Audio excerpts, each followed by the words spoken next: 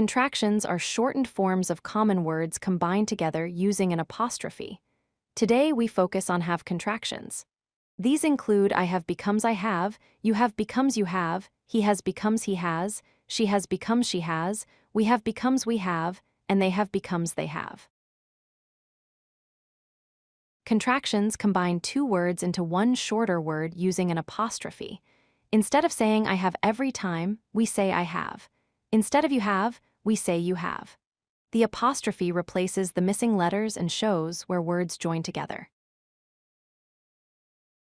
I have becomes I have, you have becomes you have, he has becomes he has. Notice he has uses has but contracts to he has. The apostrophe shows letters are missing from the original words.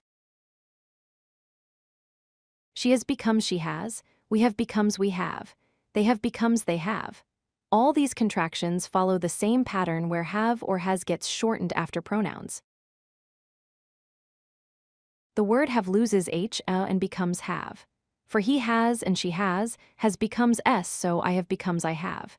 He has becomes he has. The apostrophe always marks where letters disappear. We use these contractions in everyday conversations and casual speech. I have finished my homework. You have seen this movie before. Contractions make speaking faster and more natural. He has just arrived home. We have been waiting long. Use contractions in perfect tenses and questions too.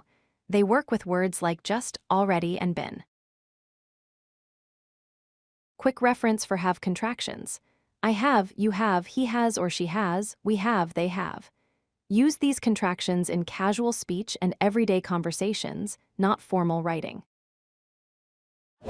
If you like this video, hit that like button and don't forget to subscribe. Visit codelucky.com for more such useful content.